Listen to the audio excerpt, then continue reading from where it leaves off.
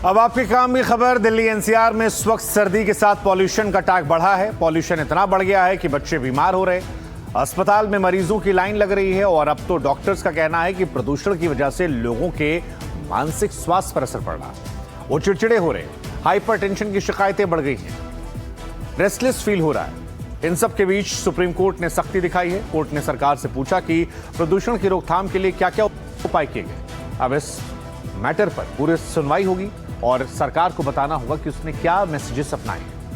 लेकिन इन सब के बीच में आपको उन बच्चों की बात सुननी चाहिए, उन परिवार की बात सुननी चाहिए जो प्रदूषण की वजह से अच्छी खासी नौकरी को छोड़ने को मजबूर है। सवाल है, प्रदूषण का कोई इलाज बचा है या फिर नहीं, या फिर हम ये मान लें कि हम यूं ही सिस्टम को कोसते रहेंगे और जिंदगी ऐसे ही चलती रहेगी।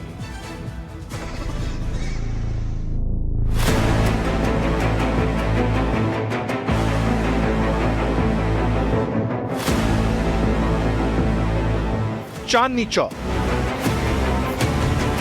आर के पुरम, श्रीनिवासपुरी, वजीरपुर, जहांगीरपुरी, ये पॉल्यूशन का दिल्ली जंक्शन। इतने पॉल्यूशन में फेफड़े नहीं फूलेंगे तो भला क्या होगा। ये पॉल्यूशन नहीं, स्लो पॉइजन है जो धीमी मौत की वजह बन रहा है। बढ़ता प्रदूषण आपके परिवार के लिए कितना बड़ा संकट है, ये परिवारों को कितना लाचार बना रहा है, समझते हैं। इनसे मिलिए। ये सचिन हरियाणा के रहने वाले हैं। 2 साल से दिल्ली एनसीआर में नौकरी पेशा है, लेकिन दिल्ली एनसीआर की फिजाओं में घुला जहर इनकी जिंदगी में कैसे भूचाल लाया, सुनेंगे तो प्रदूषण की मारक क्षमता का अंदाजा हो जाएगा। पिछले 2 ढाई साल से हम दिल्ली में रह रहे हैं, शिफ्ट हुए थे, और तब से मेरे बच्चे को धीरे धीरे कोल्ड एंड कफ फ्रिक्वेंट होने लगा। और एक बार उसका इन्फेक्शन इतना बढ़ गया कि उसको ईयर इन्फेक्शन हुआ।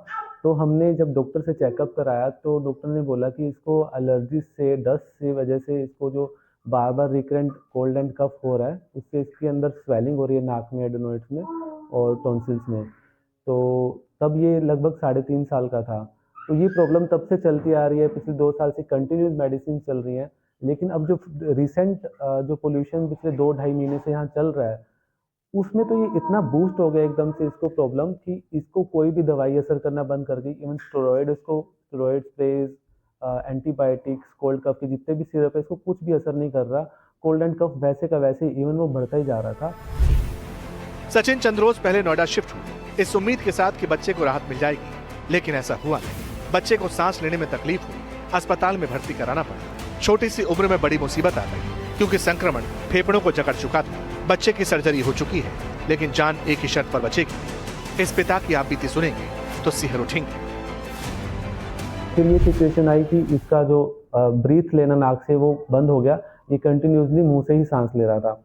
तो फिर जब एक डॉक्टर ने बोला कि सर्जरी करानी पड़ेगी, तो हमने 3-4 डॉक्टर से ओपिनियन लिए।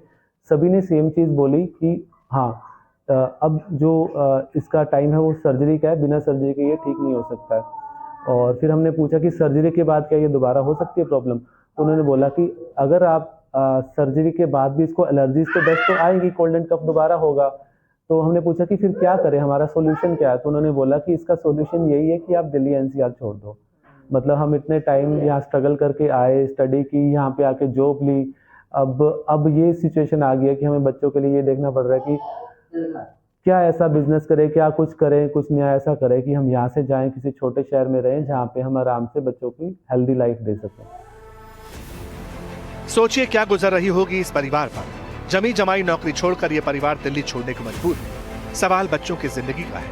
हालांकि एक राहत की खबर सरकार ने दी। लोकसभा में केंद्रीय पर्यावरण मंत्री भूपेंद्र यादव ने पॉल्यूशन की डिटेल रखी। रिपोर्ट में बताया गया कि पंजाब हरियाणा में पराली जलाने के केस 2022 के मुकाबले 90% तक घटे। 2025 के 200 दिनों तक AQI 2016 के मुकाबले कम रहा। उधर बढ़ते प्रदूषण पर पॉलिटिक्स का मीटर भी हाई है। कांग्रेस कहती है कि प्रदूषण पर सरकार से सवाल पूछेंगे, तो उधर सरकार 2 साल में पॉल्यूशन खत्म करने की गारंटी देती है। डॉक्टर्स कह रहे हैं इस पॉल्यूशन से सबसे ज्यादा इफेक्ट सीनियर सिटीजन और बच्चों को पड़ रहा है। लोकतंत्र की पंचायत और सदन और प्रधानमंत्री और पक्ष और विपक्ष भी तभी बचेगा जब आपका स्वास्थ्य सही होगा। इस साल जो 2-2.5 महीने तक पोल्यूशन का राक्षस खतरा बना रहता था, उसको हमने 10-15 दिन में लाके ठहराया।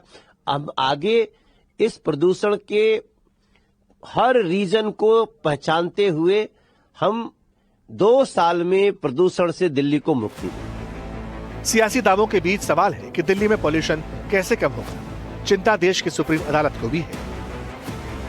दिल्ली एनसीआर में बढ़ते प्रदूषण पर 1 दिसंबर को सुप्रीम कोर्ट में सुनवाई हुई। सीजेआई सूर्यकांत ने कई अहम टिप्पणी की। उन्होंने कहा कि दिल्ली एनसीआर में प्रदूषण को लेकर आमतौर पर अक्टूबर में मामला लिस्ट होता है, लेकिन अब आगे ऐसा नहीं होगा, बल्कि इसकी रेगुलर सुनवाई होगी। उन्होंने कहा कि अदालत में हर महीने कम से कम 2 बार इस मुद्दे को लेकर के सुनवाई होगी। हर साल अक्टूबर से दिसंबर तक दिल्ली एनसीआर में पॉल्यूशन पीक पर होता है। बढ़ते प्रदूषण के पीछे बड़ी वजह पंजाब हरियाणा में पराली जलाने को माना जाता है, लेकिन सुप्रीम कोर्ट ने इस तर्क पर सरकारों को कटघरे में खड़ा कर दिया। सीजीआई ने यह भी सवाल किया कि साइंटिफिक एनालिसिस के मुताबिक दिल्ली एनसीआर में सबसे अधिक प्रदूषण किसकी वजह से हो रहा है और प्रदूषण से निजात दिलाने के लिए शॉर्ट टर्म प्लान क्या है। बढ़ता प्रदूषण चिंता का विषय है, इसलिए सुप्रीम कोर्ट अब इस मसले पर रूटीन सुनवाई करेगा। अगली सुनवाई 10 दिसंबर को होनी है। अदालत 2 टूक कह चुकी है कि हर महीने इस मसले को कम से कम 1 बार सुना जाएगा, ताकि सरकार पॉल्यूशन के खिलाफ साइंटिफिक तथ्य पेश करे, ये बताए कि दिल्ली को प्रदूषण से निजात कब मिलेगी, कैसे मिलेगी।